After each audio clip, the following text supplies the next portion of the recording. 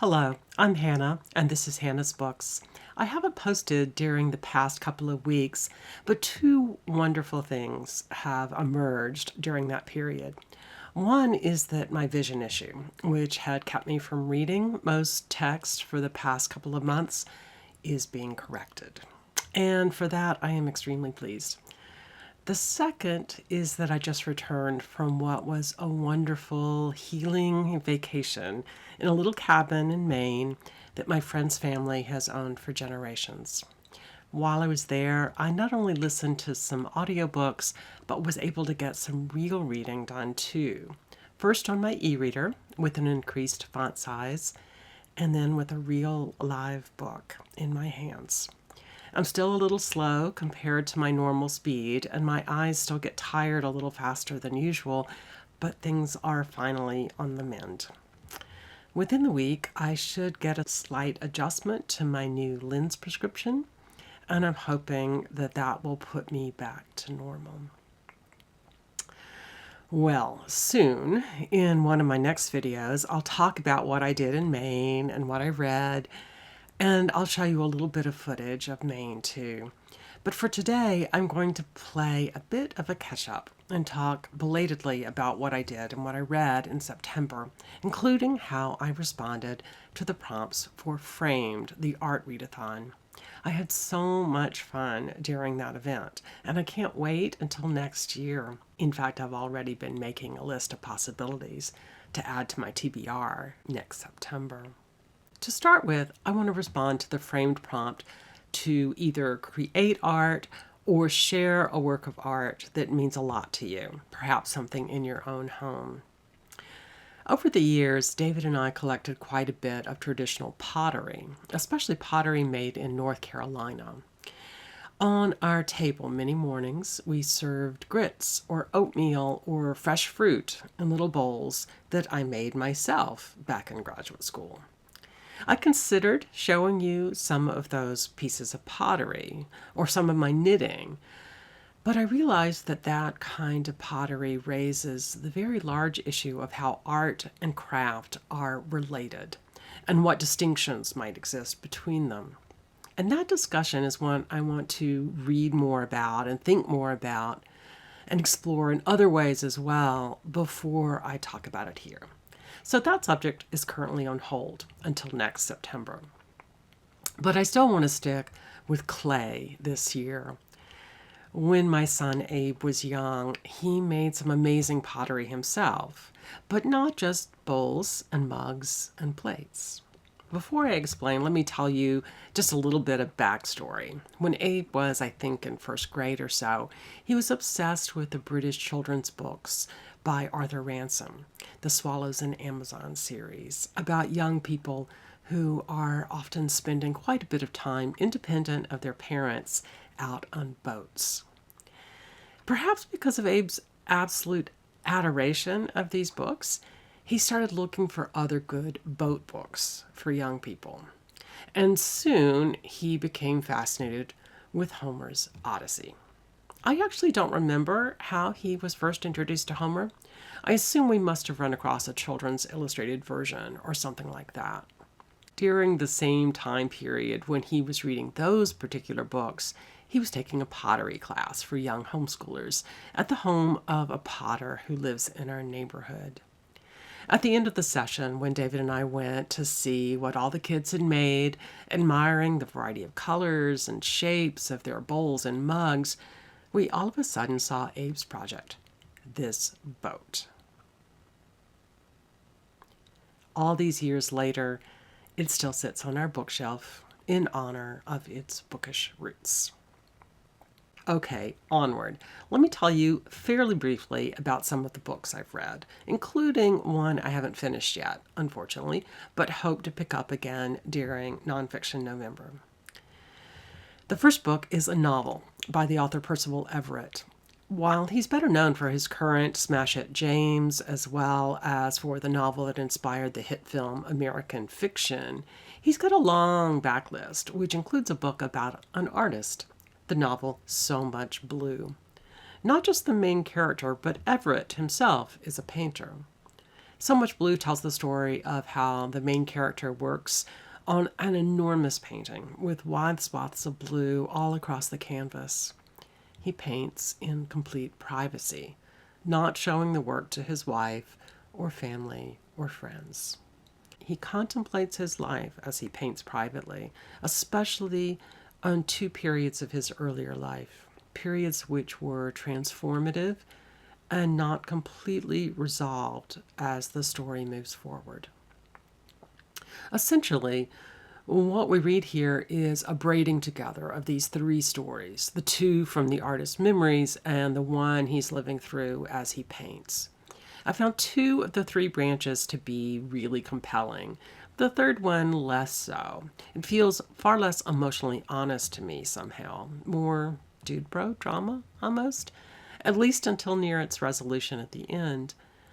Still, I thought this book was an exceptional choice for the art readathon. The power of making art as a way to work through one's emotions and history, even if that art isn't responding to the past in any very specific way, was quite powerful. I can't believe I just suggested that Everett was a dude bro. That critique is totally inaccurate. And yet, Everett's use of smart and edgy humor, perhaps in an effort to avoid sentimentality, does feel remarkably masculine in a way. I see that same trait in his other novels too, from his earliest days all the way up to James, but more on all that some other time. The second book I read for the art readathon was the memoir All the Beauty in the World by Patrick Bringley. As with Percival Everett's book, I listened to this on audio. Here, Bringley himself does a masterful job. I always tend to like when authors read their own books, especially memoirs, and Bringley's tone is just pitch perfect. This is an emotional book, but it's also a hopeful one, and Bringley conveys that feeling of great sadness and yet also healing. He's telling the story of how he responded to his older brother's death from cancer when Patrick was only a few years out of college.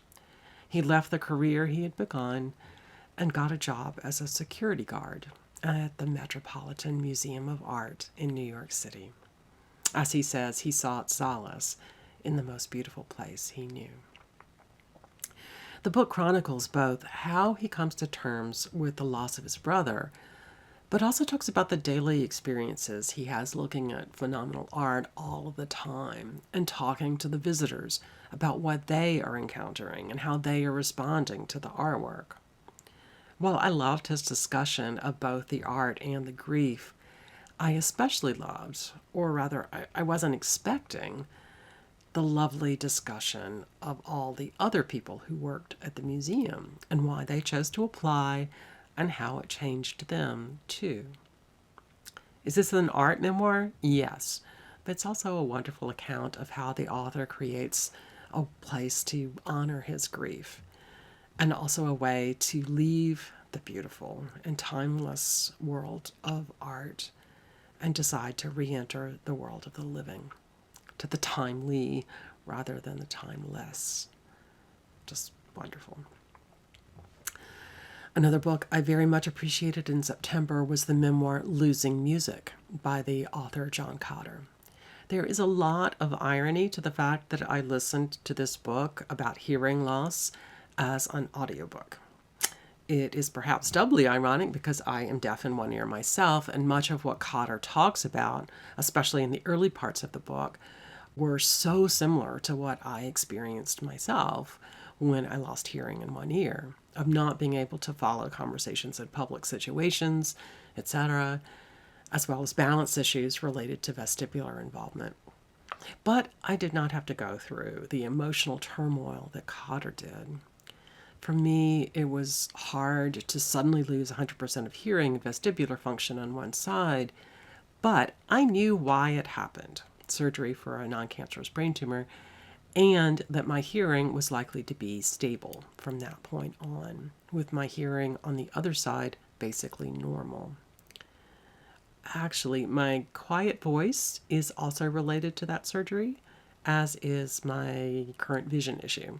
But the latter, at least, was a bit unexpected and took 30 years to develop. But Cotter's experience was far more complicated. He didn't know why he was losing his hearing or how much it would progress or in what ways.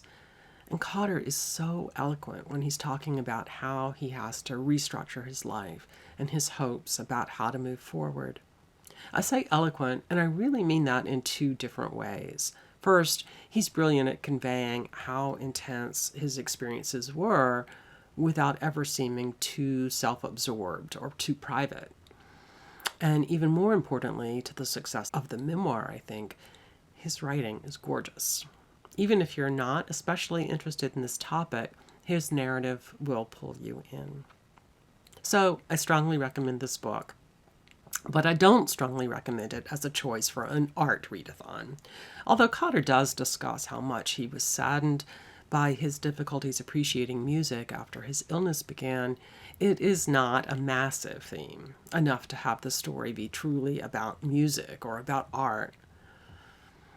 The book I haven't finished yet and have put on hold again is a relatively new biography of Isabella Stewart Gardner. I'm enjoying it tremendously, although, as I said, I may put it on hold until nonfiction November in order to make room for my various October plans. That book is Chasing Beauty, The Life of Isabella Stewart Gardner, written by Natalie Dykstra. Although the audiobook narrator was great, I think I will be much happier with the text version of this book. This is simply my own preference, and it now seems possible for me again. I'm very much looking forward to returning to the biography after October ends. Still, let me say up front that I have never read a biography of Isabella Stewart Gardner before, although I've loved the museum she created in Boston and loved it starting in the mid-1980s when I was in college in the city. I would love to hear if you can compare this biography to some of the many earlier biographies. And if you prefer one of those, which one and why? I'm talking to you, Steve, as well as any of the rest of you who might be able to respond.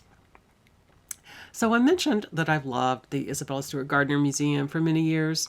Essentially, she filled her enormous house with all the Rembrandts and Vermeers and Manets, as well as a very large collection of beautiful and diverse physical objects. What visitors can't forget in this radically personal collection is that originally it was, despite its size and astonishing luxury, a private home. At the end of the 19th century, Isabella and her husband traveled throughout Italy, collecting doors and windows and columns, as well as various statuary and reliefs, etc. All sorts of architectural elements from a variety of periods, from the Roman and Byzantine and Gothic and Renaissance, etc. So the building itself is very much part of the art of the museum.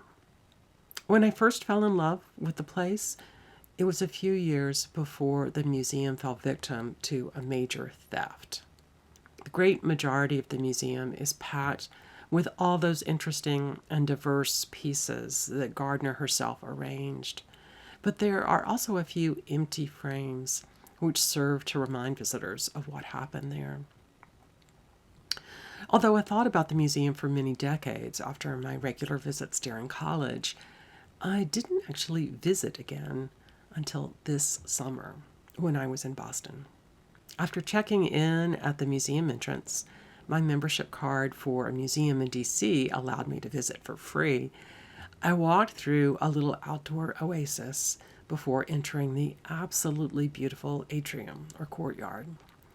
From there, I walked through a little crypt-like area on the way to the relatively small and intimate rooms on the first floor. Then I climbed the stone stairs to the much larger rooms above, each room with its own personality.